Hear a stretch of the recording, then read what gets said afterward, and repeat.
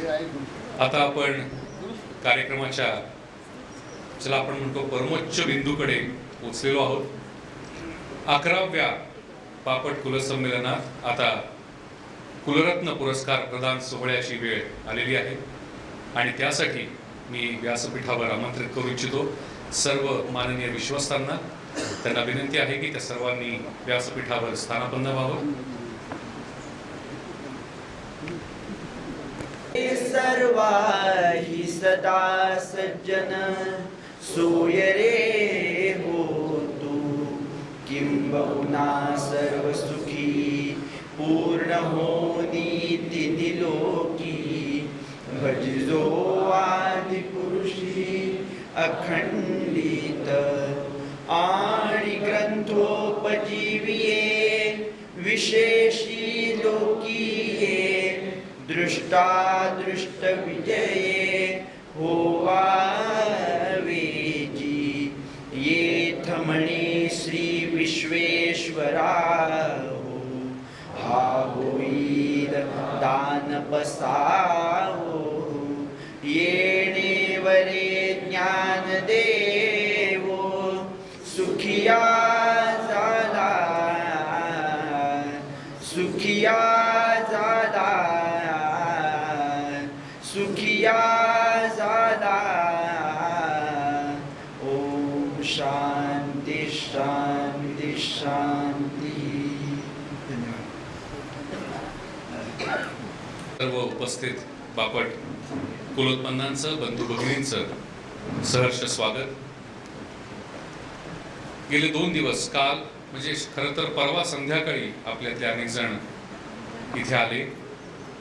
ती संध्याकाळ त्यानंतर कालचा अख्खा दिवस आणि आज सकाळी तर काकड आरतीने झालेली सुरुवात त्यानंतरची शोभायात्रा एक अतिशय संस्मरणीय असं 11वं बापट कुलसंमेलन आपण सर्वांनी अनुभवलं. आणि ह्याच कुलसंमेलनात आता वेळ झालेली आहे की आपण सर्वजण बापट परिवार चॅरिटेबल ट्रस्टच्या परंपरेनुसार कुलरत्न पुरस्कार प्रदान करणार आहोत.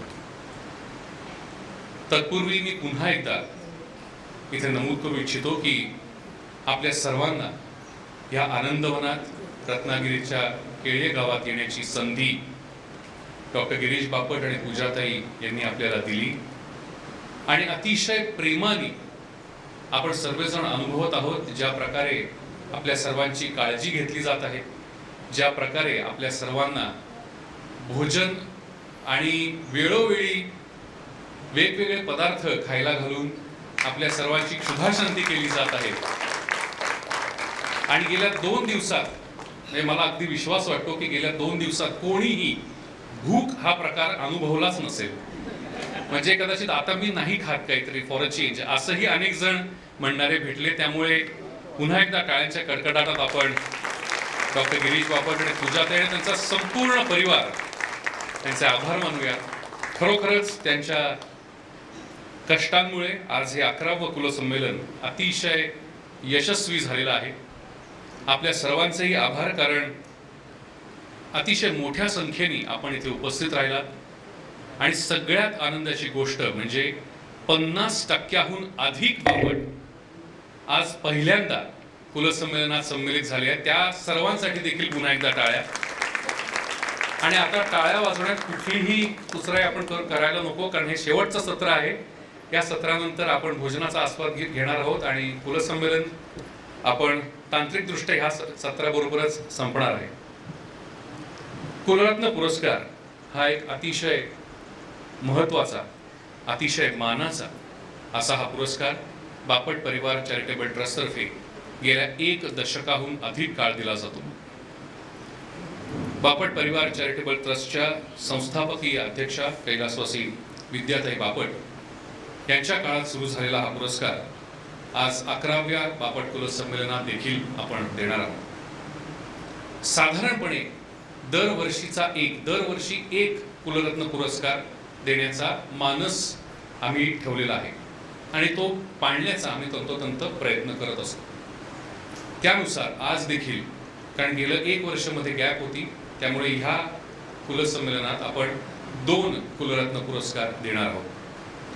कुलरत्न पुरस्कार म्हणजे काय, कुलरत्न पुरस्काराच्या मागची भावना काय होती, कुलरत्न पुरस्काराचं महत्त्व काय, कुलरत्न पुरस्कार आजपर्यंत कधी कोणाला दिला गेला, या सर्व गोष्टींचा उलगडा करण्यासाठी मी व्यासपीठावर आमंत्रित करू इच्छितो बापट परिवार चॅरिटेबल ट्रस्टच्या माजी अध्यक्षा सौ श्यामलाताई बापट यांना. टाळ्यांच्या कडकडाटात आपण स्वागत करूया श्यामलाताई बापट यांचं.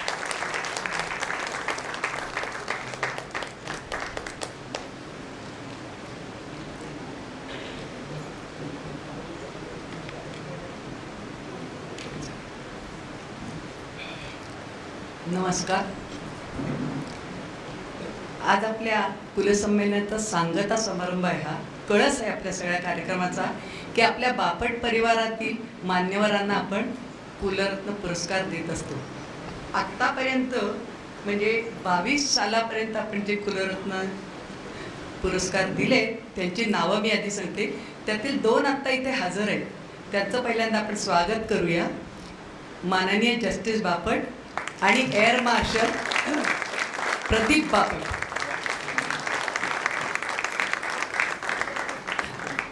तर 2007 साली पहिल्यांदा आपलं बापट कुलसंमेलन झालं. त्यावेळी आपण आपले पूर्वीचे मंत्री म्हणजे आता ते नाही आहे तर गिरीश भाऊ बापट यांना आपण तो दिलेला होता. त्यानंतर ज्यांनी आपला कुलवृत्तांत ज्यांनी केला ते सदानंद नारायण चिंदवाडाचे, त्यांना आपण तो दिलेला होता. नंतर 9 साली चिपळूणला नरहर पांडुरंग मुंबईचे, त्यांना दिला होता. आणि पुण्याचे प्रभाकर रामचंद्र यांना दिलेला होता. 2011 साली पुण्यातील श्रीकांत शंकर यांना आपण तो दिला. आणि आपण 2 वर्षानंतर संमेलन करत असल्यामुळे आपण एका वर्षी 2 पुरस्कार देत असतो. त्यामुळे म्हणताना आपण एक आदल्या वर्षीचा आणि एक पुढच्या वर्षीचा असं म्हणत असतो. तर 12 सालचा आपण 12 साली जो दिला तो रमेश माधव म्हणजे आपले जस्टिस बापट यांना आपण दिला होता. तर त्यांनी मला त्यावेळी मुद्दाम सांगितलं होतं की श्यामलताई 12 आणि 13 सालाचा तुम्ही पुरस्कार देणार असाल तर मला 13 साल असं म्हणा का माझा 13 नंबर लकी आहे असं त्यांनी त्यावेळी सांगितलं होतं. तर नंतर 14 साली 15 साली 16 साली अशी मी आता ओळीने पटकन नावं वाचते की बेळगावचे रवींद्र दिनकर, नंतर बेळगावचे विष्णू रामचंद्र, देवगडचे उल्हास यशवंत, नंतर दामोदर गणेश, नंतर खडपोलीचे श्रीकांत बापट मुंबईचे, नंतर डॉक्टर दत्तात्रय बापट शेतीतज्ञ त्यांना आपण दिलेला होता. आणि 22 साली ज्ञानप्रबोधींचे डॉक्टर गिरीश बापट आणि प्रदीप पद्माकर एअर मार्शल आत्ता ते आलेले आहेत तिथे, त्यांना पुरस्कार द्यायचा. याही वर्षी आपण 2 पुरस्कार देणार आहोत. आपल्या सेनापती बापट आपल्या बापट परिवार चॅरिटेबल ट्रस्टतर्फे आपण सेनापती बापट हा पुरस्कार देत असतो. तर आत्तापर्यंत अनेक मान्यवरांचा आपण देऊन झालेला आहे.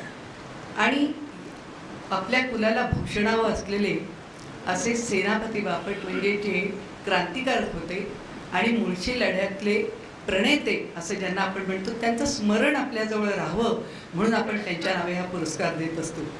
संस्कृतमध्ये एक सुभाषित आहे की गुणाः कुर्वन्ति दूतत्वं दूरेपि वसतां सतां केतकी गंधमाघ्रातून स्वयं आयांती षट्पदा. म्हणजे काय तर या मान्यवरांचे गुण, सज्जनांचे गुण हे त्यांचं दूताचं काम करतात. म्हणजे त्यांची कीर्ती समाजात पसरवतात. त्याच्यासाठी सुभाष षटकारांनी सुंदर एक दाखला दिला आहे की केतकी गंधम आघरातून म्हणजे केतकीचा केवड्याचा गंध त्याचा सुवास घेण्यासाठी स्वतः षटपद म्हणजे भुंगे येत असतात. त्यांना जाहिरात करावी लागत नाही की माझ्या इथे आता वास इथे सुंदर सुटला आहे तर तुम्ही या. आपल्या कुलरत्नांचंही असंच आहे की ते स्वतः कधी आपल्याकडे अर्ज करत नाहीत की मला कुलरत्न द्या म्हणून. आपले कुलबांधव ते नाव शोधत असतात आणि आपल्याकडे ती माहिती पाठवतात आणि त्याच्यातून आपण निवड करून कुलरत्न पुरस्कार देत असतो. फक्त एकच खंत आहे की एवढी 11 कुलसंमेलनं झाली पण एकाही कुलबांधवांनी आपल्या म्हणजे कुळातल्या एकाही स्त्रीचं नाव यासाठी दिलेलं नाही. तर पुढच्या वेळी ही सुधारणा व्हावी, आपण त्यांना कुलरत्ना पुरस्कार म्हणू शकतो. तर बघूया आपण असं कोणी पाठवताय का. आता त्यांच्या मानपत्राचं मी वाचन करणार आहे. त्यांचं सर्वच कर्तृत्व काम या मानपत्रात येईल असं नाही, कारण त्याची जागेची मर्यादा असते. तर त्यांच्या भाषणातून मनोगतातून ते आपल्याला त्यांच्याबद्दल सांगतीलच. यावर्षी आपण जे हो, तर प्रथम मी त्यांना पुरस्कार देण्यापूर्वी त्यांनी या व्यासपीठावर स्थानापन्न व्हावं अशी त्यांना विनंती करते. श्रीकृष्ण बापट यांनी स्वतः इथे उपस्थित नाहीत, पण त्यांच्या कन्या आलेल्या आहेत, त्यांनी स्टेजवर यावं. आणि श्रीराम बापट, माननीय श्रीराम बापट यांनी व्यासपीठावर यावं.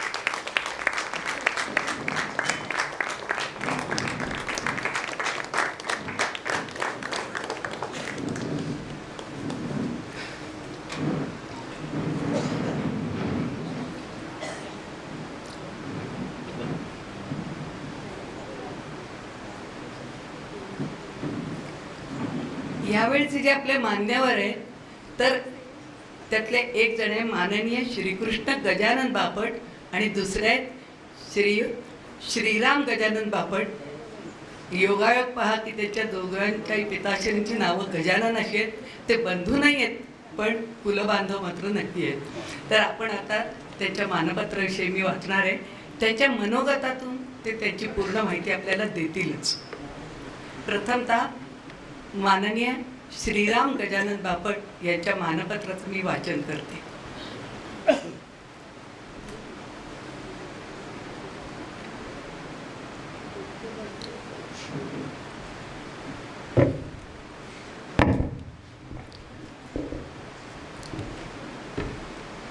सेनापती बापट कुलरत्न पुरस्कार माननीय श्रीराम गजानन बापट महोदय, आज समस्त बापट कुलातर्फे प्रातिनिधिक स्वरूपात हे मानपत्र आपणास प्रदान करताना सर्व कुलबांधवांना विशेष आनंद होत आहे. महोदय, आपण अभियांत्रिकी तंत्रज्ञानातील तज्ज्ञ व्यक्ती आहात. आपल्या नोकरीच्या काळात या अभियांत्रिक तंत्रज्ञानाचा वापर बांधकामासाठी वापरून या व्यवसायाची गुणवत्ता आणि कामातील गती आपण वाढवली. PWD अणुऊर्जा विभाग यात अभियंता म्हणून कार्यरत असताना निरनिराळ्या पुलांचे डिझाईन, अंदाजपत्रक यावर उत्कृष्ट काम केले. तसंच जड पाणी म्हणजे हेवी वॉटर यांच्या संयंत्रात सुधारणा घडवण्यासाठी कॉन्क्रीट आणि स्टील स्ट्रक्चर यांचा आरेखन म्हणजे डिझाईन करण्यातही आपला मोठा सहभाग होता. हैदराबाद, गुजरात, मुंबई येथेही आपण लक्षणीय कामगिरी केलेली आहे. अभियांत्रिकी संचालनात अनेक प्रकल्पावर सिव्हिल डिझायनर म्हणून आपण काम केलं आहे. फ्लाय ॲश कॉन्क्रीट आणि सेल्फ कॉम्पॅक्टिंग कॉन्क्रीट या तंत्रज्ञानावर आपण काम आणि संशोधन करून आंतरराष्ट्रीय परिषदांमध्ये अनेक शोधनिबंध सादर केले.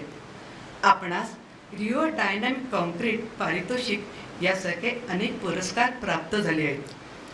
निवृत्तीनंतरही भारत सरकारतर्फे बांगलादेशात अणुऊर्जा प्रकल्प बांधकामासाठी सल्लागार म्हणून आपण काम केले.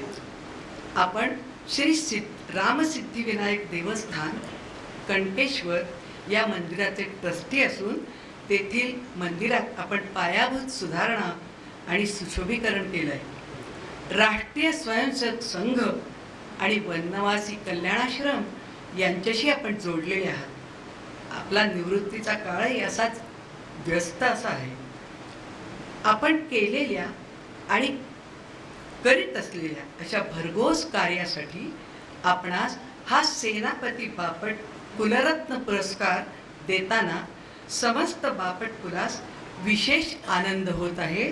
तरी आपण त्याचा स्वीकार करावा ही नम्र विनंती.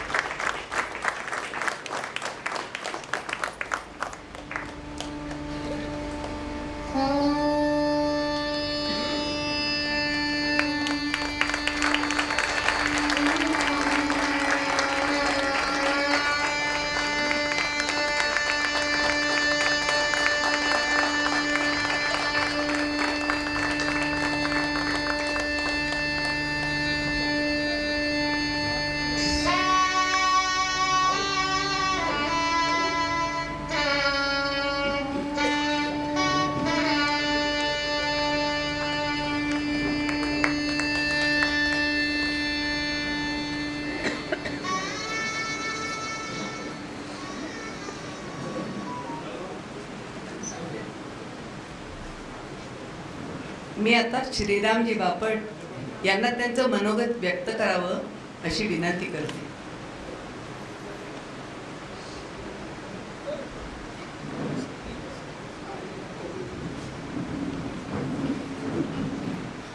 नमस्कार.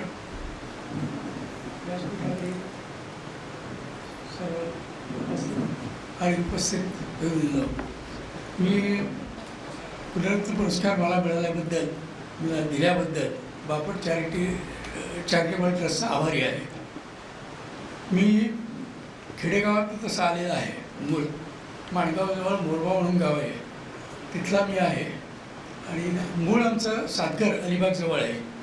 आणि मी 67मध्ये सिव्हिल इंजिनिअरिंग डिग्री पूर्ण केली आणि त्यानंतर PWDमध्ये नोकरीला लागलो. तिथे 4 वर्ष नोकरी केल्यानंतर मला ॲटॉमिक एनर्जी डिपार्टमेंटमध्ये नोकरी लागली. क्लास 1 ऑफिसर म्हणून नोकरी लागली 1972 साली. आणि तिथपासून मी निवृत्त होईपर्यंत ॲटॉमिक एनर्जी डिपार्टमेंटमध्ये होतो. मध्यंतरी ते आमचं डिपार्टमेंट कॉर्पोरेशनमध्ये कन्व्हर्ट झालं. Nuclear power corporation of India limited म्हणून गव्हर्नमेंटची कंपनी होती, त्यामध्ये मी मर्ज झालो. आणि 2007ला 60 वर्ष पूर्ण करून मी निवृत्त झालो. आणि माझ्या कार्यकाळात मी बऱ्याच नवीन गोष्टी कन्स्ट्रक्शन टेक्नॉलॉजीमध्ये या वापरात आणायला सुरुवात केली. मुख्य म्हणजे फ्लाय ॲश कॉन्क्रीट. तोपर्यंत फ्लाय ॲश कॉन्क्रीट नुसतं कंपाऊंड वॉल वगैरे वापरलं जायचं. स्ट्रक्चरली वापरायला मी सुरुवात केली. तर सेल्फ कॉम्पॅक्टिव्ह कॉन्क्रीट म्हणजे जे व्हायब्रेशन करायला लागत नाही अशा तऱ्हेचं कॉन्क्रीट कैकाला डेव्हलप केलं. आणि जिथं अतिशय कंजस्टेड रिइन्फोर्समेंट असते तिथे सगळीकडे कॉन्क्रीट पोचावं म्हणून ते सेल्फ कॉम्पॅक्टिव्ह कॉन्क्रीट डेव्हलप केलं. नंतर रिइन्फोर्समेंट नॉर्मली एकमेकांना असं लॅब देतात. लॅब दिले की कंजेशन वाढतं म्हणून बार्टेक कपलर त्यावेळी नवीन आलेले होते, ते आम्ही हे दिलं, त्याचं अप्रुव्हल दिलं आणि आम्ही तारापूर प्रोजेक्टमध्ये वापरायला सुरुवात केली. भारतामध्ये प्रथम आम्ही अप्रुव्हल प्रथम दिलं, DMRCने प्रथम वापरलं, त्यानंतर आम्ही तारापूरला वापरलं. नंतर माझ्या रिटायरमेंट नंतरसुद्धा मी बरीच कामं केलं. अजून मी तसं कार्यरत आहे. आता मंगळवारीच मला LNTने बोलवलं होतं, advance innovative in construction technology, त्याकरता मला व्याख्यान द्यायला बोलवलं होतं. त्यामुळे मंगळवारीच मी जाऊन आलो आहे. अशा तऱ्हेने बरेच नवीन मी उपक्रम सुरू केलेले आहेत. आणि अजून मला ते आपोआप बोलवलं जातं. मला कुठेही कामाकरता काम मागायला जायला लागत नाही, एवढं सगळ्यांना माहिती झालं आहे. आणि अगदी बिल्डिंग रिपेअरपासून इन्फ्रास्ट्रक्चर प्रोजेक्टपर्यंत सगळीकडे कामं करतो. प्रिस्टेसिंगमध्ये बरीच डेव्हलपमेंट केलेली आहे.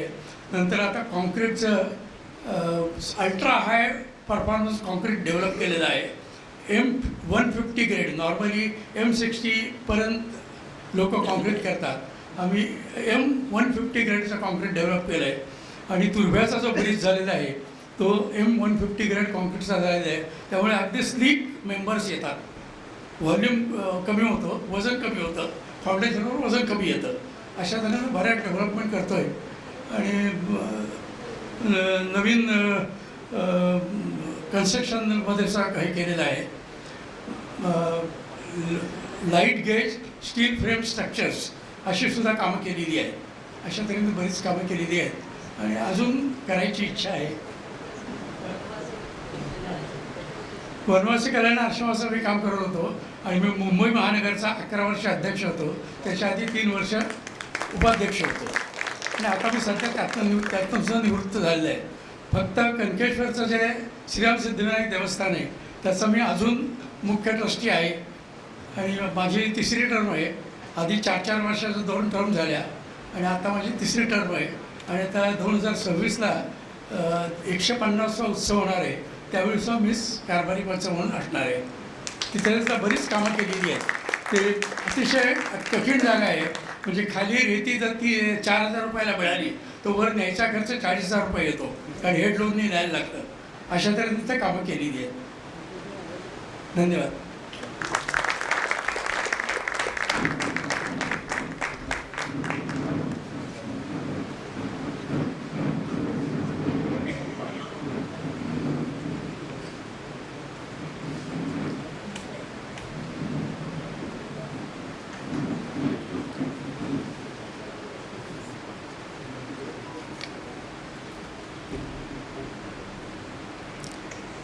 नमस्कार. आता आपण दुसरा कुलरत्न पुरस्कार देत आहोत माननीय श्रीकृष्ण गजानन बापट. पण ते उपस्थित नसल्यामुळे त्यांच्या कन्या संगीताताई इथे आलेल्या आहेत. त्या तो पुरस्कार स्वीकारणार आहे. त्यांच्या मानपत्राचं मी वाचन करते. खरं म्हणजे सांगायचा उद्देश म्हणजे आपले सगळेच बापट हे पुरस्कार देण्याजोगेच आहेत. हा प्रातिनिधिक स्वरूपाचे पुरस्कार आहेत. त्यामुळे हे मिळालेले पुरस्कार हे आपल्यालाच आहेत असं समजायला तुम्हाला मुळीच हरकत नाही. माननीय सेनापती बापट कुलरत्न पुरस्कार माननीय श्रीकृष्ण गजानन बापट महोदय, आपण समस्त बापट कुलातर्फे प्रातिनिधिक स्वरूपात हे मानपत्र आपणास प्रदान करताना आम्हा सर्व कुलबांधवांना विशेष आनंद होत आहे. महोदय, आपण वाणिज्य आणि व्यवस्थापन या विषयातील तज्ज्ञ असून मार्गदर्शकही आहात. या क्षेत्रात आपला अभ्यास आणि अनुभव अतुलनीय आहे. SNDT, टिळक महाराष्ट्र विद्यापीठ, पुणे विद्यापीठ, भारतीय विद्यापीठ यासारख्या नामवंत शिक्षण संस्थांशी आपण जोडलेले असून तेथे निरनिराळी महत्त्वाची पदं आपण भूषविली आहेत. आपल्या मार्गदर्शनाखाली एकूण 35 विद्यार्थ्यांनी PhD प्राप्त केलेली आहे. सिंगापूरला आपण भारताचे प्रतिनिधी म्हणून काम केलं आहे. बँकॉक येथील उत्पादकता परिषदेत आपण शोधनिबंध सादर केला. क्रिएटिव्ह कम्युनिकेशन, वाणिज्य मंडळं, rotary club, Indo American society, Walchandnagar industries, Kulkarni engineering, Bajaj tempo, Kirloskar brothers अशा सर्व प्रथित यश कंपन्यांमध्ये आपण प्रशिक्षण कार्यक्रम घेतले आणि आपल्या अनुभवाचा त्यांना लाभ करून दिला. आपण विद्यापीठांसाठी कार्यपुस्तिका, भाषांतरित पुस्तके व लेखक या स्वरूपात 23 पुस्तकं प्रकाशित केली आहेत. सामाजिक कार्यासाठी आपणास जॉन दलवी पुरस्कार आणि सर्वोत्कृष्ट वाणिज्य पुरस्कारही मिळालेले आहेत. आयुष्यभर आपण केलेल्या या भरघोस कार्यासाठी आपणास सेनापती बापट कुलरत्न पुरस्कार देताना समस्त बापट कुलास विशेष आनंद होत आहे. तरी आपण याचा स्वीकार करावा ही नम्र विनंती.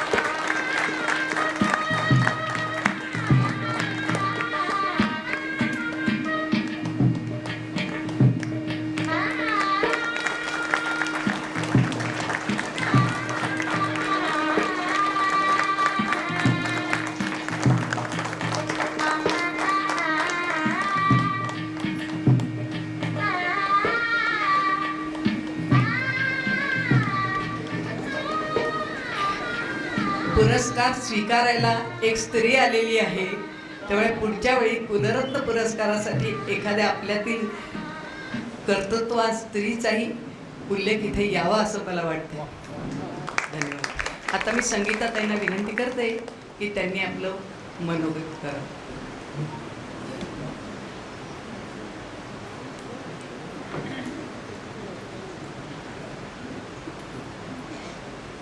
तर मी घेण्यासाठी म्हणून एक स्त्री आली, तसं विद्याताईंनी केल्यामुळे देण्यातही स्त्रीचा सहभाग होता. त्यामुळे पुढच्या वर्षी नक्की कोणीतरी स्त्री पुरस्कार घेईल हे नक्की.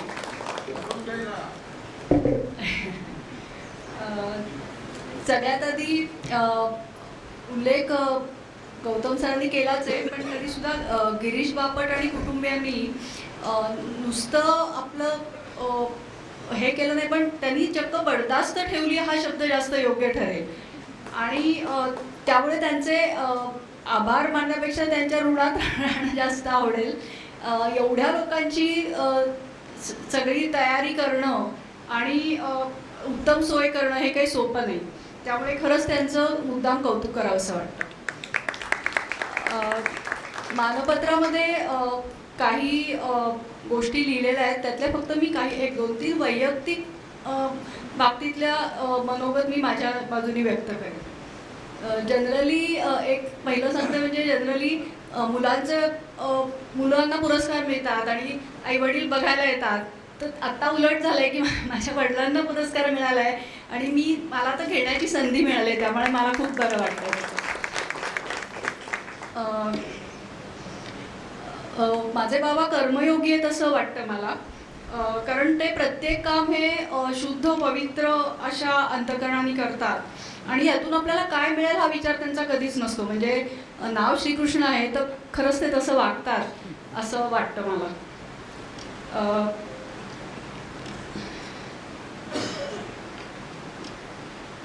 म्हणजे आपण जर काम केलं तर लोकांना कसं कळणार किंवा त्यांच्यापर्यंत कसं पोचणार आणि मग त्याची पावती कशी मिळणार हे प्रश्न त्यांना कधी पडलेले मी बघितले नाही. म्हणजे मार्केटिंग आणि ब्रँडिंग यातला फरक त्यांना खूप आधीपासून कळला आहे असं वाटतं. त्यामुळे आणि त्याच पद्धतीने ते गेली बरेच वर्ष अविरत काम करत आहेत. आणि एक अगदी वेगळा आणि अभावानेच दिसणारा गुण म्हणजे ते स्वतःचं मत कोणावरही लादत नाहीत. म्हणजे आमच्या मुलांवर सुद्धा त्यांनी कधी स्वतःचं मत लादलं नाही. एखाद्या कुठल्याही याची चर्चा चाललेली असली तर ते स्वतःचं जे काय मत असेल ते मांडतात, पण त्याच्यात काय करावं ही पूर्ण मोकळीक समोरच्या माणसाला असते. म्हणजे निर्णय त्यामुळे समोरच्या व्यक्तीवरच ते सोडतात. आणि हे लहानपणापासून आम्ही बघत आल्यामुळे आमच्या मुलांना वाढवताना पण आम्हाला हा मुद्दा योग्य वाटला आणि तो आम्ही आमच्या अंगीकारला गेला. नंतर समोरच्या माणसांमधले गुणच त्यांना फक्त दिसतात, ते पटकन लक्षात घेऊन त्याचं कौतुक करणं हे त्यांच्या स्वभावात आहे. आणि गुण म्हणजे गुणाचं कौतुक केल्यानंतर आपोआपच समोरच्याही माणसाला विश्वास वाटतो आणि तो जोमाने काम करतो असाही त्यांचा अनुभव आहेच. ते मार्केटिंग म्हणजे कॉर्पोरेट ट्रेनिंग करताना मोटिवेशन, टीम बिल्डिंग म्हणा किंवा कम्युनिकेशन स्किल्स, सेल्फ डिसिप्लिन, प्रोॲक्टिव्हनेस हे शिकवत होते, पण ते स्वतःच उदाहरणाने लोकांसमोर हे आणत असल्यामुळे वेगळं काही त्यांना करायला लागत नसे आणि लोक आपोआप ते आत्मसात करत असत असाही अनुभव आलेला आहे त्यांच्या बाबतीत. त्यांनी एक त्यांच्या बाजूनी थोडंसं नोट पाठवली आहे, ती मी जस्ट तुम्हाला वाचून दाखवते.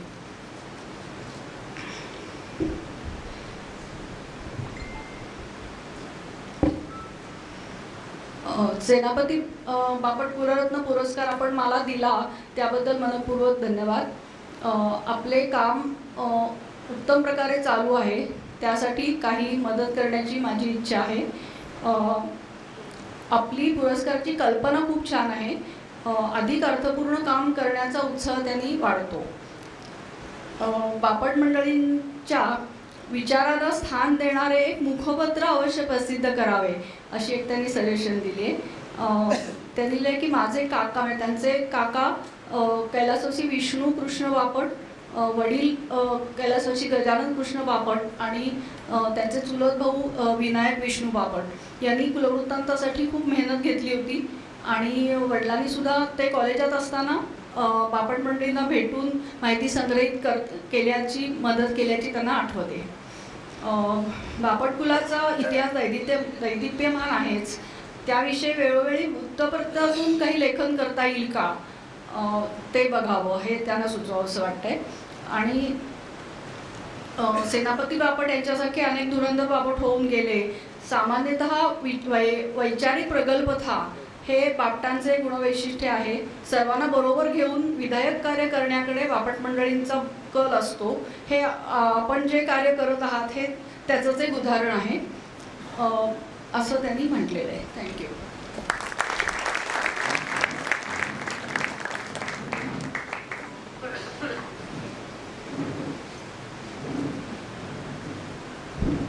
धन्यवाद. उपस्थित सर्व बापट मंडळींना अंदाज आला असेल की कुलरत्न पुरस्काराची उंची वर्षानुवर्ष वाढत चाललेली आहे आणि इथून पुढच्या कुलसंमेलनांमध्ये देखील कुलरत्न पुरस्कारांची ही परंपरा आम्ही अशीच चालू ठेवण्याचा विश्वास तुम्हा सर्वांना इथे देऊ इच्छितो. प्रत्येक कुलसंमेलनामध्ये कुलरत्न पुरस्काराबरोबरच अजून काही विशेष सन्मान करण्याचा देखील इतिहास आपल्या कुलसंमेलनांचा आहे आणि त्यालाच अनुसरून आज इथे काही यशस्वी बापट कुलबांधवांचा सत्कार होणार आहे.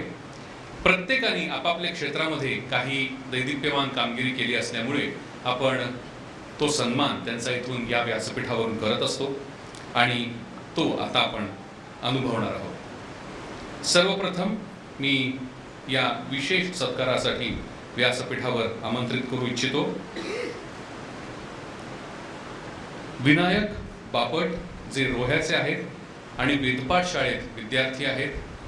आपण टाळ्यांच्या गजरात त्यांचं स्वागत करूया की आपल्या बापट कुळापैकी एक कुलोत्पन्न वेदपाठ शाळेत शिक्षण घेत आहेत आणि आपल्या दैदिप्यमान इतिहास, आपली परंपरा पुढे चालवण्याची जबाबदारी त्यांच्या खांद्यावर आहे.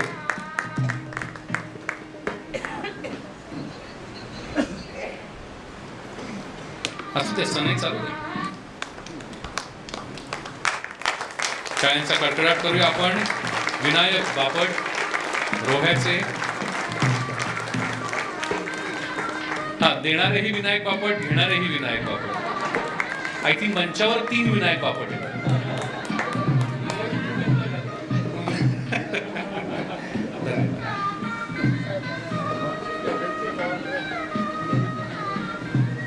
पुढच्या सन्मानासाठी मी व्यासपीठावर आमंत्रित करू इच्छितो सुमंत मंदार बापट, ज्यांनी 12वीत 92.67 इतके टक्के मिळवलेले आहेत.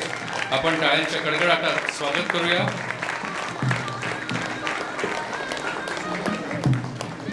त्यांचे कोणी नातेवाईक इथे उपस्थित आहेत का? नाही, ठीक आहे. यानंतर एक विशेष सत्कार ट्रस्टच्या वतीने पुन्हा एकदा, काल तर त्याच्यावर बोललोच आपण, पण परंतु आज देखील पुन्हा एकदा या महत्त्वाच्या सत्रात त्यांचा सन्मान व्हावा असा सर्वच विश्वस्तांचा विचार होता आणि त्यामुळे आज आम्ही पुन्हा एकदा व्यासपीठावर आमंत्रित करू इच्छितो या संपूर्ण सभागृहात उपस्थित असणारे सगळ्यात यंग बापट मोरेश्वर विनायक बापट. आणि नाही येतील ना?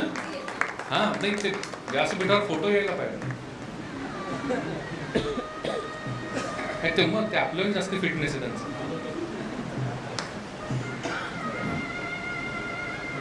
या संपूर्ण वास्तूचे सर्वोच्च, आपण ज्यांना म्हणू, मला मालक शब्द टाळायचा आहे, सर्वा म्हणूया. टाळ्यांच्या कडकडाटात 92 वर्षांचे यंग मोरेश्वर विनायक बापट यांच्यासाठी आपण टाळ्यांचा कडकडाट करूया. एनर्जॅटिक, पहिल्या सभेपासून प्रत्येक सभेला स्वतः उपस्थित राहिले. टाळ्यांचा मोठा कडकडाट करूया आपण मोरेश्वर विनायक बापट यांच्यासाठी. हे कुलसंमेलन यशस्वी करण्यामध्ये त्यांचा खूप मोठा वाटा आहे आणि मी आत्ताच म्हटल्याप्रमाणे प्रत्येक आयोजन सभेला स्वतः उपस्थित राहिलेले आहेत.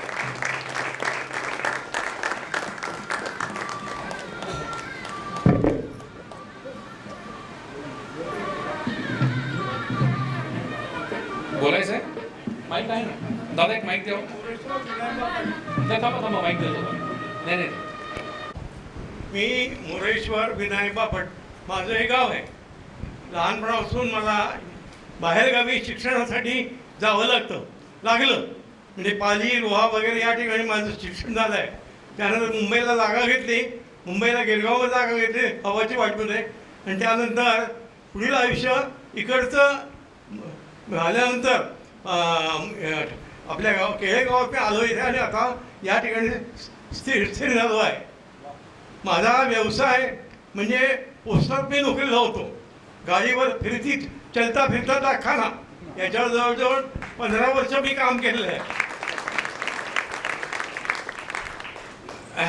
मला छंद पुष्कळ असतील, परंतु मला वाचनाची अत्यंत आवड आहे, म्हणून मी वाचन शक्यतो करण्याचा जास्तीत जास्त प्रयत्न करतो. आणि अशा सभेला उपस्थित राहून तुम्हाला सर्वांना शुभेच्छा देण्यासाठी मी आज उपस्थित झालेलो आहे. वा, धन्यवाद. अजूनही आपण सर्वजण मोरेश्वर आजोबांकडून भरपूर एनर्जी मिळवू शकतो.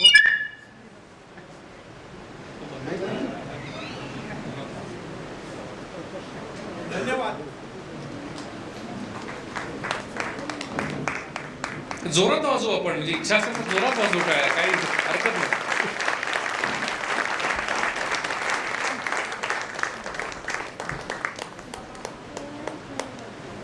कोरोनाचा काळ आपल्या सर्वांसाठीच अवघड होता आणि कोरोनाच्या काळात आपण अनेक आप्तेष्टांना गमावलं देखील.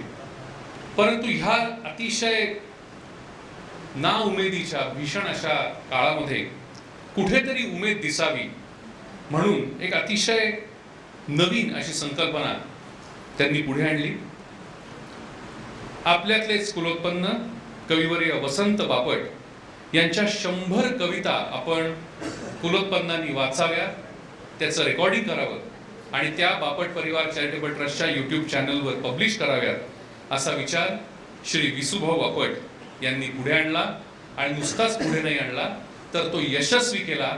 आणि त्याबद्दल आजच्या ह्या 11व्या बापट कुलसंमेलनात त्यांचा आम्ही सन्मान करू इच्छितो. मी विनंती करतो विसूभाऊ बापट यांना की त्यांनी कृपया पुढे यावं व्यासपीठावर. आणि आपण काल सर्वांनी पाहिलं की कालच्या देखील कार्यक्रमांचं संयोजन, सूत्रसंचालन, संपूर्ण कोऑर्डिनेशन विसूभाऊंनी आणि उमाताईंनी केलं. त्या दोघांनाही विनंती की त्यांनी व्यासपीठावर यावं.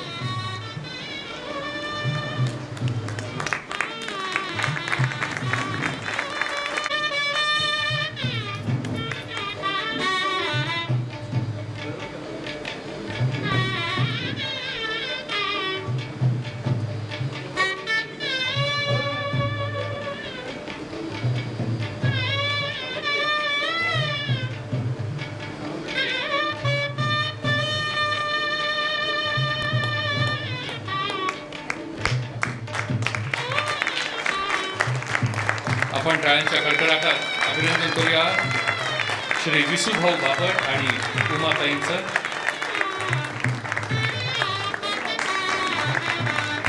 उमाताईंसाठी पुन्हा एकदा टाळ्या होऊ द्या.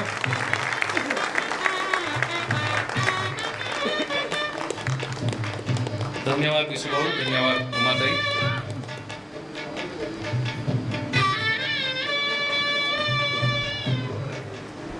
आपल्या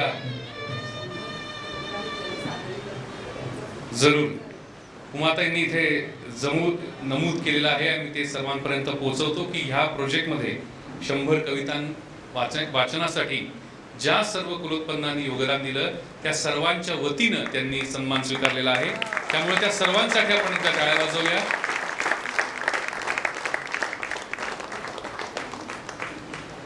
आपल्या सर्वांच्या मध्ये या बापट कुटुंबामध्ये अनेक हिरे, माणकं, मोती दडलेले आहेत आणि हे व्यासपीठ बापटांनी बापटांसाठी तयार केलेलं आणि जे कायम बापटांसाठीच राहणार आहे असं असल्यामुळे हे हिरे माणकं शोधणं आणि त्यांचा सन्मान सत्कार करणं आणि सर्वांपर्यंत त्यांची माहिती पोहोचवणं हे या मंचाचं काम आहे.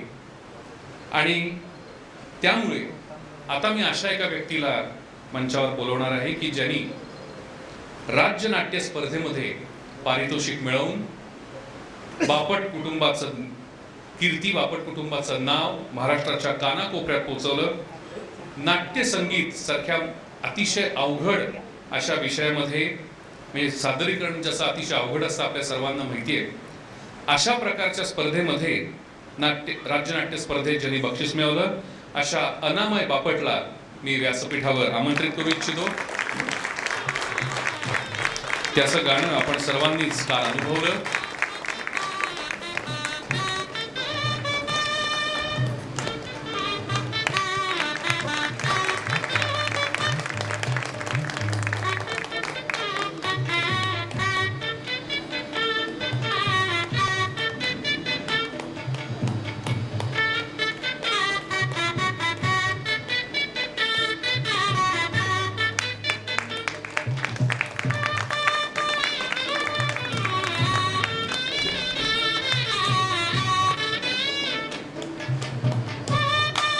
टाळ्यांचा कडकडाट करूया आपण अनामय बापट याच्यासाठी.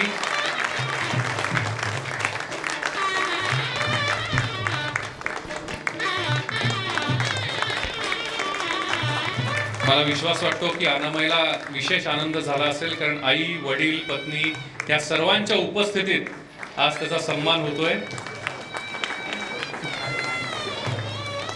अभिनंदन. आणि आता एक शेवटचा पण विशेष असा सन्मान इथे आपण करणार आहोत.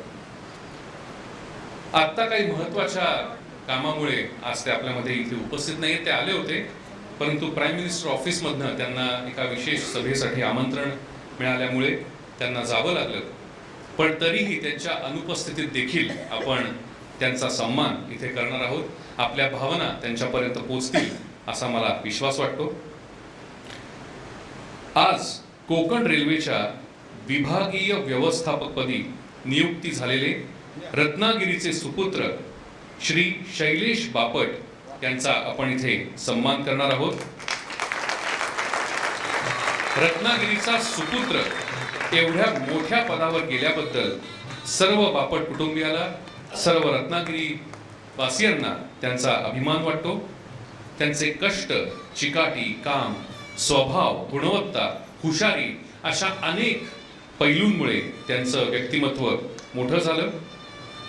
ज्युनियर इंजिनियर अशा अतिशय साध्या सोप्या पदापासून सुरुवात करून आज श्री शैलेश दामोदर बापट हे रेल्वेचे रिजनल मॅनेजर झालेले आहेत.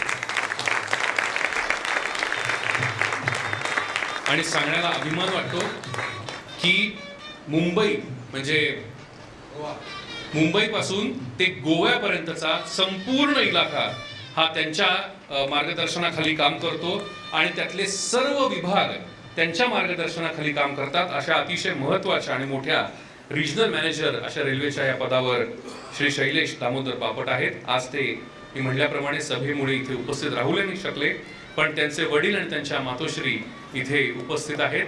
मी त्यांना विनंती करतो की त्यांनी व्यासपीठावर येऊन शैलेश दामोदर यांच्या वतीनं सन्मान स्वीकारावा.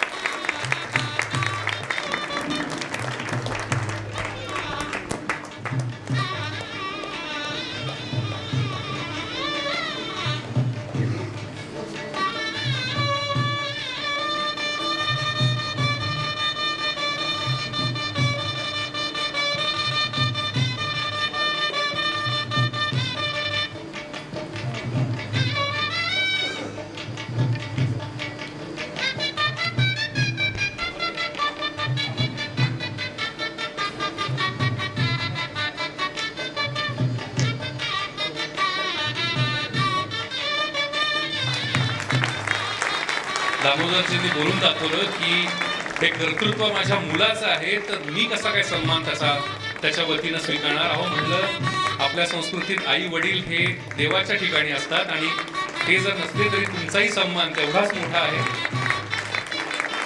श्यामलाताईंना मी विनंती करतो की त्यांनी त्यांच्या मातोश्रींचा देखील सन्मान करावा. त्यांना अश्रू अनावर होत आहेत, पण आम्ही त्यांच्या भावना समजू शकतो.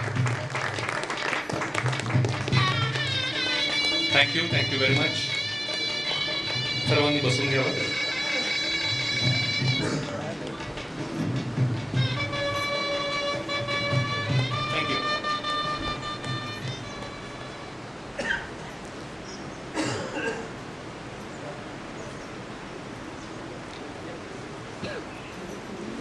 आता या सत्रामध्ये अतिशय महत्त्वाच्या अशा टप्प्यावर आपण येऊन पोचलेलो आहोत आणि मी तुमच्या सर्वांचं लक्ष आहेच आहे, पण पुन्हा आता खास विनंती करतो की सर्वांनी लक्ष द्यावं. पुन्हा एकदा मगाशी केलेली विनंती मी सर्वांना करू इच्छितो की कुलवृत्तांताच्या काही मोजक्याच प्रती आपल्याकडे शिल्लक आहेत, त्यामुळे ज्यांना त्या हव्या असतील त्यांनी आमच्याशी संपर्क साधावा. इथे आपला पत्ता नंबर सर्व दिलेला आहे.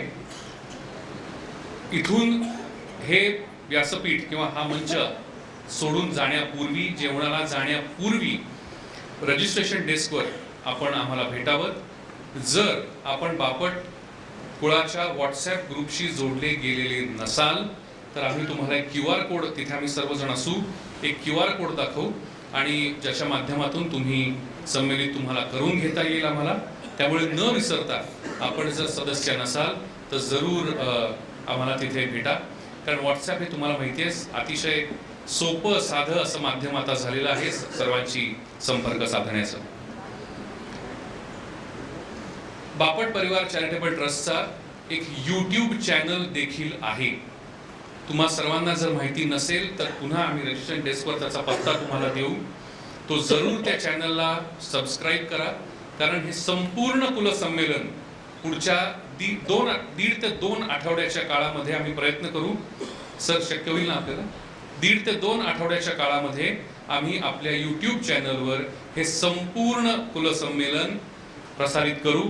तेव्हा तुम्हाला ते जरूर बघता येईल, तुमच्या आप्तेष्टांना पाठवता येईल, जे इथे आज उपस्थित राहू शकले नाहीत त्या सर्वांपर्यंत पोहोचवता येईल. पण त्याचे अपडेट मिळण्यासाठी चॅनलला सबस्क्राईब करणं अतिशय गरजेचं आहे. तेव्हा त्याची माहिती ती देखील आम्ही तुम्हाला रजिस्ट्रेशन डेस्कवर देऊ. एक अजून महत्त्वाची अशी घोषणा माननीय अध्यक्षांच्या वतीनं आज या मंचावरून आम्ही करत आहोत. ती म्हणजे कुलसंमेलन आपलं 1 वर्षाआड होतं, पण ट्रस्टचं काम हे निरंतर चालूच असतं.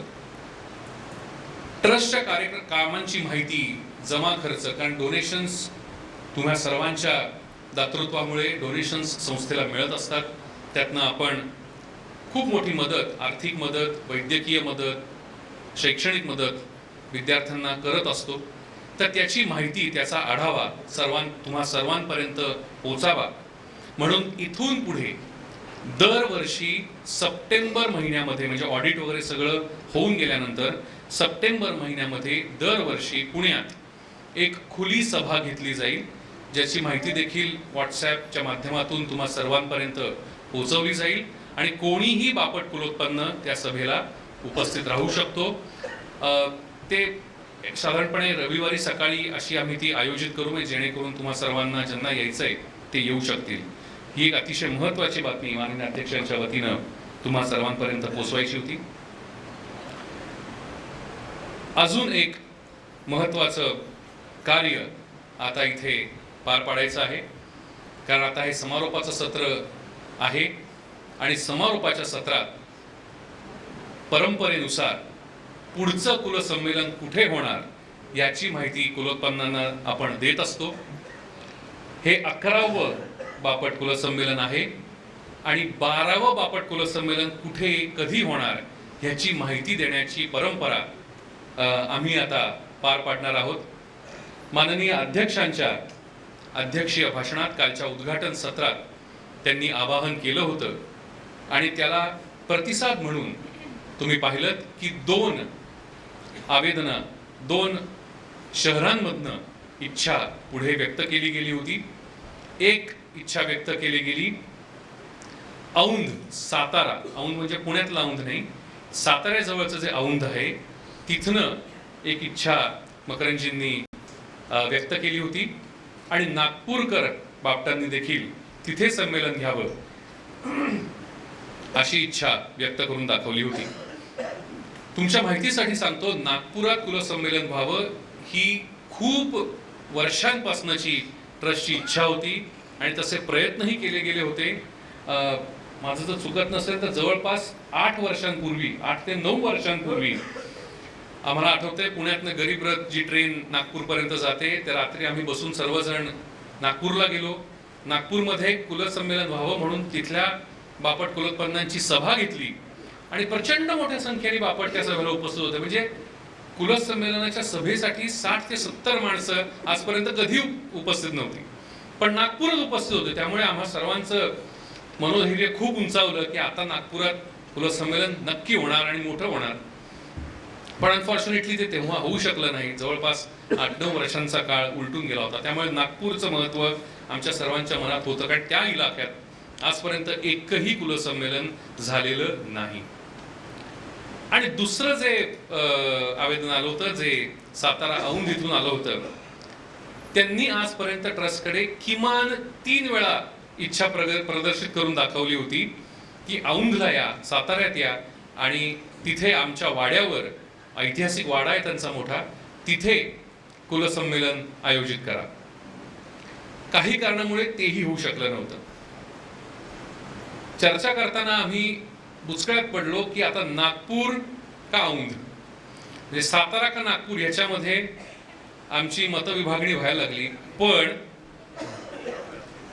पण सांगायला अतिशय आनंद वाटतो की सर्व विश्वस्तांच्या एकमतानं एक महत्वाचा निर्णय काल घेण्यात आला. तो म्हणजे आजपर्यंत कुठल्याही कुलसंमेलनात जे झालं नाही की एकाच कुलसंमेलनात आज आम्ही पुढची 2 कुलसंमेलनं जाहीर करत आहोत. कारण आता जर सातारकरांना नकार दिला तर सातारकर नाराज होणार, ह्याच्यावर कुठलीही शंका आमच्या कोणाच्याच मनात नव्हती. कारण 3 वेळा नकार दिला होता, तरीही मोठं मन बघा, तरीही 3 वेळा नकार मिळून देखील मकरंदजींनी पुन्हा चौथ्यांदा त्यांनी इच्छा व्यक्त करून दाखवली की हरकत नाही, 3 वेळा नाही जमलं, आता चौथ्यांदा मागतो, बघा विचार करून. त्यामुळे कान देऊ नये का, नोव्हेंबर-डिसेंबर 2025, लगेच पुढच्या वर्षी नोव्हेंबर, एक्झॅक्ट तारीख कळवू, नोव्हेंबर-डिसेंबर 2025 मध्ये आपण सर्वजण 12व्या बापट कुलसंमेलनासाठी औंध, सातारा इथे भेटणार आहोत. आणि ह्या 12व्या कुलसंमेलनाचं श्रीफळ स्वीकारण्यासाठी मी विनंती करतो की सातारकरांनी पुढे यावं.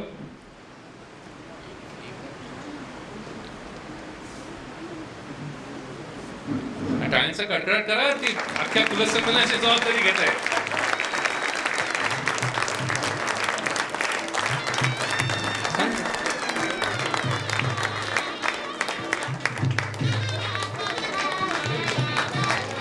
अखेर जमलेला आहे.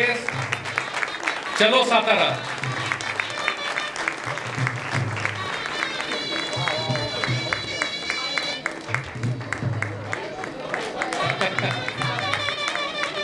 टाळ्यांचा कडकडाट करूया.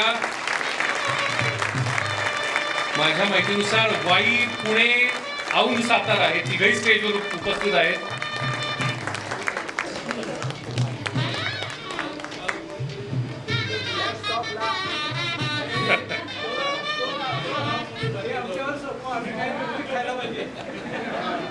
आता औंध करायचं. हो सर. मी जवळजवळ मला वाटतंय खडपोलीला जे संमेलन झालं तिथंच पहिल्यांदा मी ऑफर दिली ती यांना की आपण औंधात कुलसंमेलन घ्यायचंय. तर त्यावेळी खेड्यावाल्यांनी बाजी मारली आणि त्यांचं नाव डिक्लेअर झालं. तर त्यांना पण परत 2 वर्ष थांबायला लागली आणि त्यांना सुद्धा आत्ता चान्स मिळाला. आणि दुसऱ्यांदा हे मी ह्या मुद्दामून संमेलनामध्ये सांगतो की श्यामला त्यांनी जे सांगितलं ते आम्ही 12व्या कुलसंमेलनात बहुतेक महिला प्रतिनिधींनाच कुलरत्न द्यावं असं माझी इच्छा आहे. तरी ज्या महिला कर्तृत्ववान असतील त्यांनी नावं पाठवावीत आणि तुम्ही पण महिलांनी सिद्ध करावं की 18-22 काय दिली पुरुषांना, आमची एक महिला 12वर घेणार म्हणजे घेणार. नाही, खरंय, अतिशय महत्वाचा विषय मकरंदजींनी मांडला. आणि खरंच आजपर्यंतची ही परंपरा राहिलेली आहे की कुठलेही म्हणजे कुलोत्पन्न स्वतःहून सांगत नाहीत की मला सन्मान द्या. त्यामुळे कोणीतरी त्यांचं त्यांचं मोठेपण, त्यांची महत्ता समजून आमच्यापर्यंत ती माहिती पोचवायला पाहिजे. त्यामुळे त्यांनी केलेल्या रिक्वेस्टला मी अनुमोदन देईन की 12व्या बापट कुल संमेलनासाठी जर तुमच्या मनात कोणाचं नाव असेल तर कृपया ते आमच्यापर्यंत जरूर पोचवा. एक महत्त्वाची बातमी आणि महत्त्वाची माहिती की 12वं बापट कुल संमेलन हे 1 दिवसीय असेल. म्हणजे सकाळी साधारणपणे न्याहारीच्या वेळेला सुरू होईल किंवा आपण 9-10 म्हणूया च्या सुमारास सुरू होईल आणि संध्याकाळी 6-7 पर्यंत आपण ते संपवणार आहोत. त्यामुळे 1 दिवसीय असं 12वं बापट कुल संमेलन असेल. आणि मगाशी नमूद केल्याप्रमाणे खूप जुनी इच्छा असल्यामुळे आणि त्यांच्याकडनं देखील प्रस्ताव आल्यामुळे 13वं बापट कुल संमेलन नोव्हेंबर-डिसेंबर 2026 मध्ये नागपूर येथे होणार आहे. त्यांचा मोठा कडकडाट करूया नागपूरकरांसाठी. मी त्यांना विनंती करतो की त्यांनी व्यासपीठावर यावं आणि कुल संमेलनाच्या जबाबदारीचं श्रीफळ स्वीकारावं.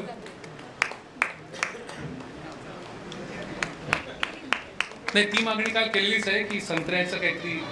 हो हो, संत्री आणि श्रीखंड पुरी. बर या.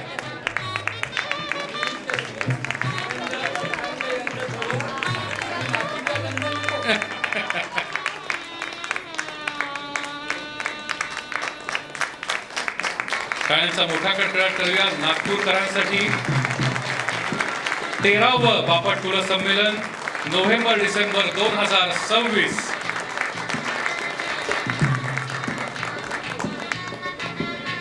एक मिनिट थांबा, एकच मिनिट थांबा. 13वं बापट कुल संमेलन हे केळी 11वं जसं कुल संमेलन झालं त्याच स्वरूपातलं असेल. 2 दिवसांचं असेल.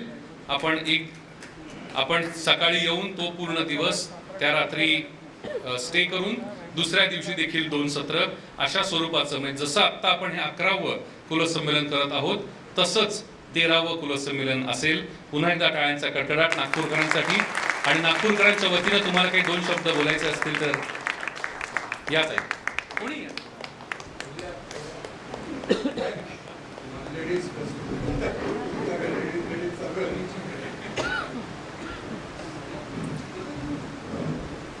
सर्वप्रथम मी आजच्या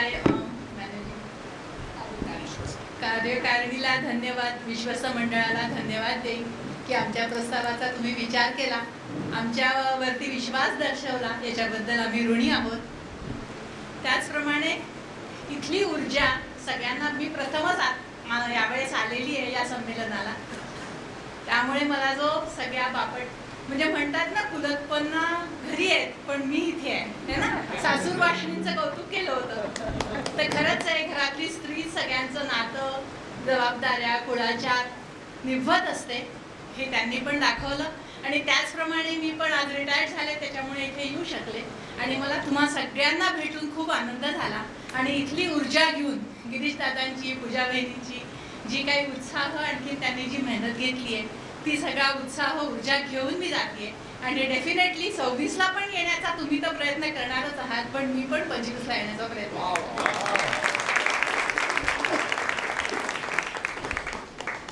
ऑलरेडी राजेश्री ऑलरेडी सगळं बोलून झालेलं आहे, वेगळं काही बोलण्यासारखं नाही आहे.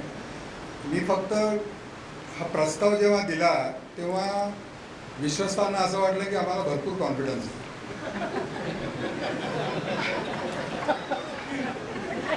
आणि नंतर आम्ही बसलो असताना आमच्यापैकी जे होते काही लोक, त्यांनी मला वाटतं प्रियातांनी विचारलं की तुम्हाला याच्याबद्दल काय एवढा कॉन्फिडन्स काय. म्हटलं कॉन्फिडन्स मला म्हणण्यापेक्षा जो इथे मी पाहिलं ते सगळं त्याबद्दल मला कॉन्फिडन्स आहे. तुझं ज्या पद्धतीने हे पूर्ण संमेलन पार पडतं आहे असं मी म्हणेन, किंवा मी तर इथून एक चॅलेंज घेऊन जातो आहे की ज्या पद्धतीने गिरीश भाऊ आणि त्यांच्या परिवाराने इथे जे एक प्रदर्शन केलं, मी असं म्हणेन की एक युनिक आहे की पूर्ण परिवार याच्यामध्ये इन्व्हॉल्ड होता. म्हणजे असं कुठे मला असं सेवा भाव असं म्हणून नाही, पण असं कोणी बाहेरची माणसं येऊन काम करतात असं कुठेही नाही दिसलं. म्हणजे राईट फ्रॉम किचनपासून तर सर्वकडे त्यांनी थोडंसं आयडिया बोलली होती बोलताना. तर तो जो आहे तो आम्हाला तिथे कसा करता येईल हा मी विचार करायला सुरुवात केली. कारण आता तुल्यबल होणं सुद्धा आवश्यक आहे. एखाद्या एक पातळी जर वाढली तर ती खाली नाही घसरून द्यायची. तेवढा नक्की प्रयत्न आहे.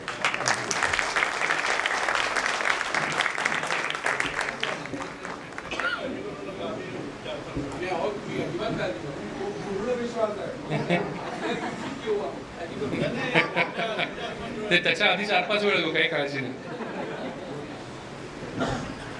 वा, अतिशय युनिक ठरलेलं आहे. मी म्हणेन 11वं बापट कुलसंमेलन कदाचित रामकृष्ण महाराजांच्या कृपेने असेल की पहिल्यांदा असं घडलं की 2 कुलसंमेलनं एका कुलसंमेलनात जाहीर केली गेली.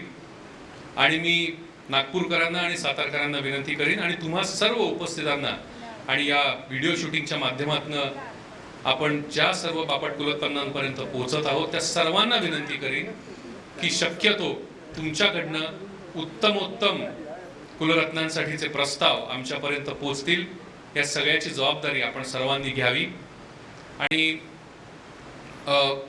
पुढच्या वर्षी म्हणजे 12व्या बापट कुलसंमेलनामध्ये, कारण ते आता लगेच होत आहे त्यामुळे आपण 1 कुलरत्न पुरस्कार देऊ आणि लगेच जे 13वं कुलसंमेलन होईल त्याच्यामध्ये 1 कुलरत्न पुरस्कार देऊ.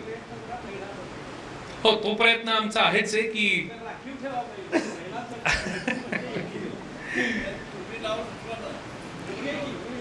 महिलांसाठी कुलरत्न पुरस्कार 12वा राखीव ठेवा असा प्रस्ताव आहे. जरूर नाव आलं तर आमची काहीच हरकत नाही. काय त्याला प्रश्नच. हो, हा,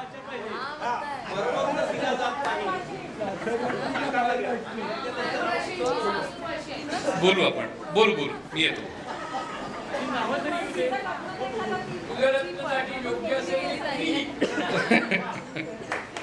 टाळ्यांच्या कडकडाटात आपण पुन्हा एकदा सातारकरांचं आणि नागपूरकरांचं अभिनंदन करूया. त्यांना विश्वास देऊया की ज्याप्रमाणे हे 11वं कुलसंमेलन पार पडलं तसंच 12वं आणि 13वंही पार पडेल याच्यात कुठलीही शंका नाही. आम्हाला देखील म्हणजे खुद्द डॉक्टरांशी बोलताना ती काळजी होती की केळ्यासारख्या गावामध्ये येऊन दूरवरून लोक येणार, हे कसं होणार सगळं. पण आता डॉक्टरांनी चेहऱ्यावर त्यांचा स्ट्रेस कमी दिसतोय, आता अगदी क्लिअर दिसतोय. पूजाताई देखील आता ज्या स्थितीत बसलेल्या आहेत पोस्चरमध्ये त्याच्यातही कळते की आता स्ट्रेस फ्री झालेले आहे, आता निवांत आहे. पण खरंच तुम्ही सर्वांनी जे सहकार्य आम्हाला दिलं, कुठलीही तक्रार नाही, कुठलीही शंका नाही आणि जे सांगितले ज्या वेळेला यायला सांगितलं त्याप्रमाणे तुम्ही आलात, सगळ्या कार्यक्रमात सहकार्य केलं, सगळ्या कार्यक्रमात उपस्थित राहिलात, त्याबद्दल सर्व बापट कुलोत्पन्नांचे मनपूर्वक आभार. आपण टाळ्यांचा कडकडाट तुम्हा सर्वांसाठीच करूया की तुम्हा सर्वांच्या सहभागातून हे 11वं बापट कुलसंमेलन पार पडलं. आणि आता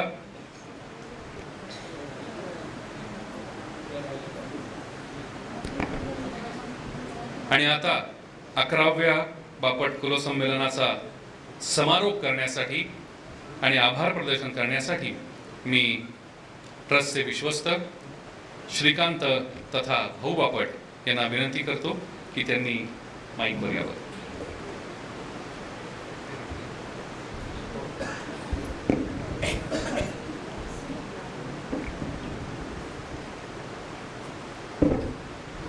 कल्पना आहे की सर्वांचं लक्ष त्यांच्या डावीकडे आहे, भोजन मंडपाकडे. त्यामुळे जास्त वेळ घेणार नाही.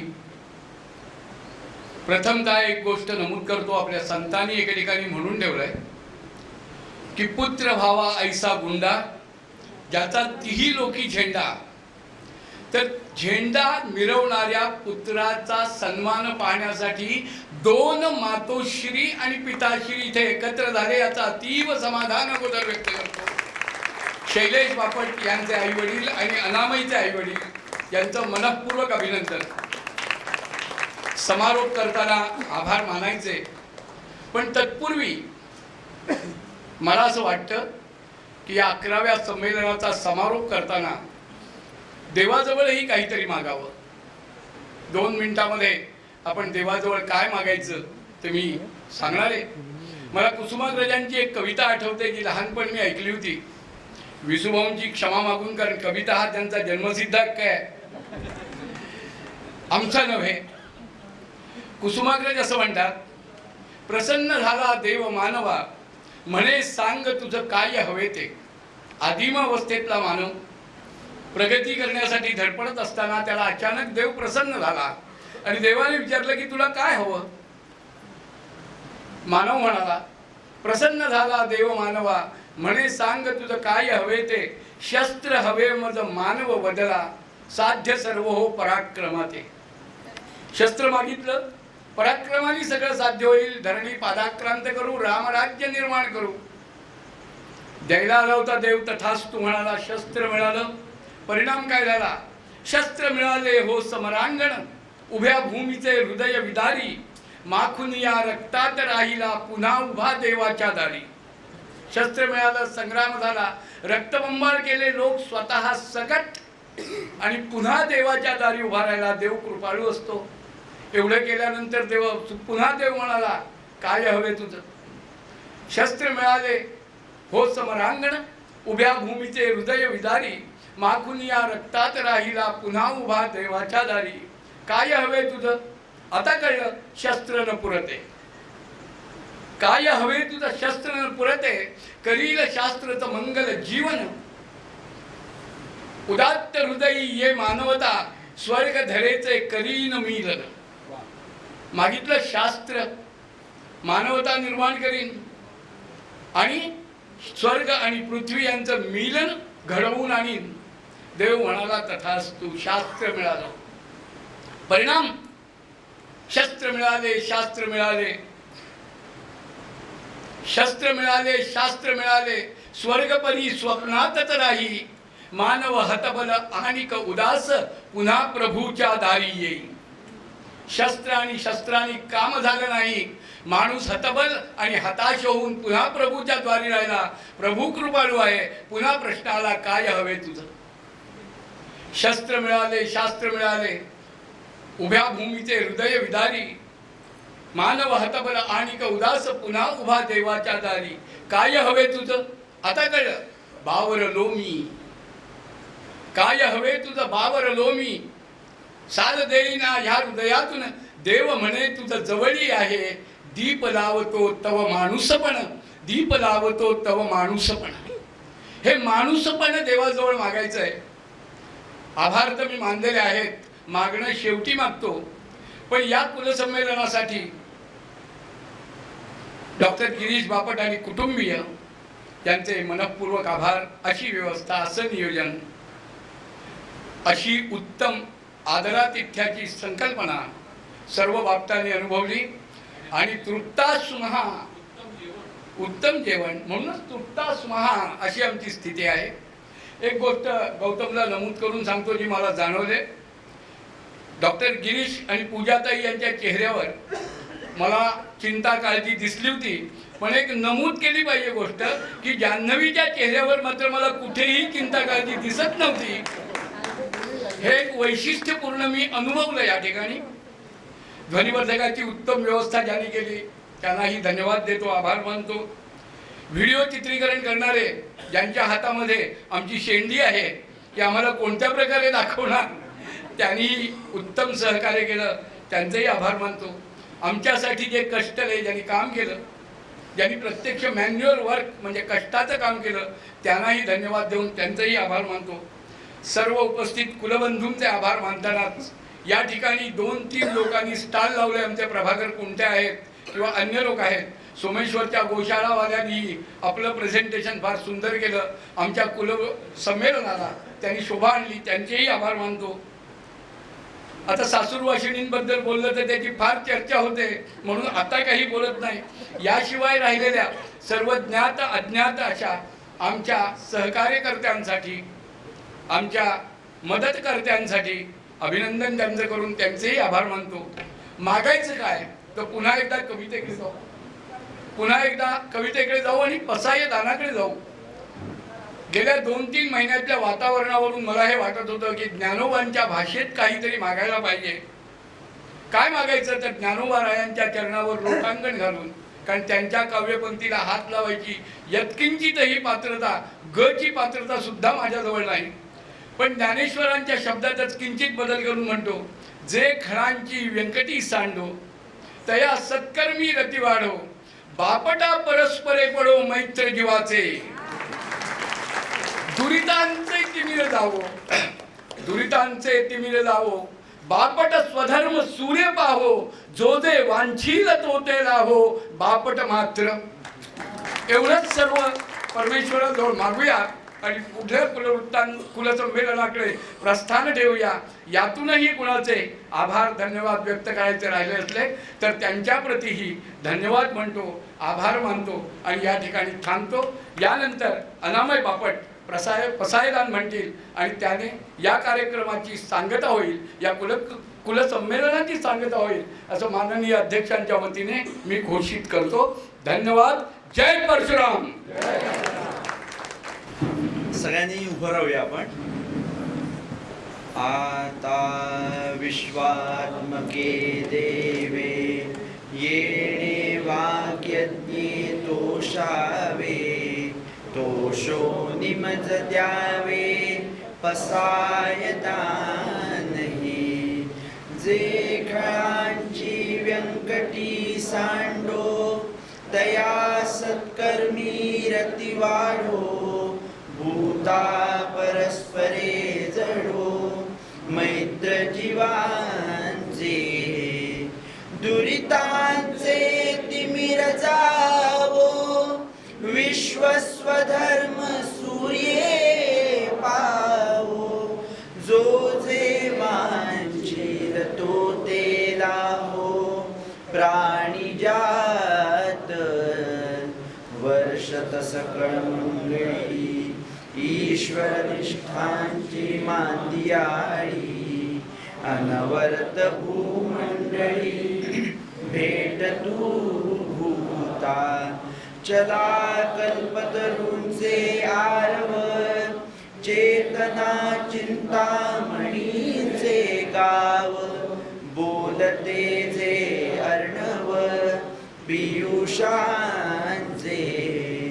चंद्रमे जे अलांछन, मार्तंड जे तापहीन, ते सर्वाही सदा सज्जन, सोय रे हो तू किंबहुना सर्व सुखी, पूर्ण होनी तिन्ही लोकी, भजिजो आदि पुरुषी अखंडित, आणि ग्रंथोपजीविये विशेषी लोकीये, दृष्टादृष्ट विजये होवावेजी,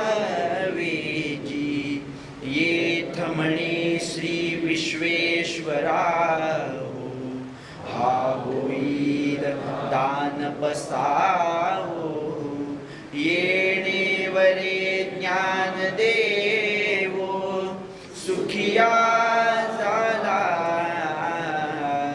सुखिया झाला, सुखिया झाला. ओम शांती शांती शांती.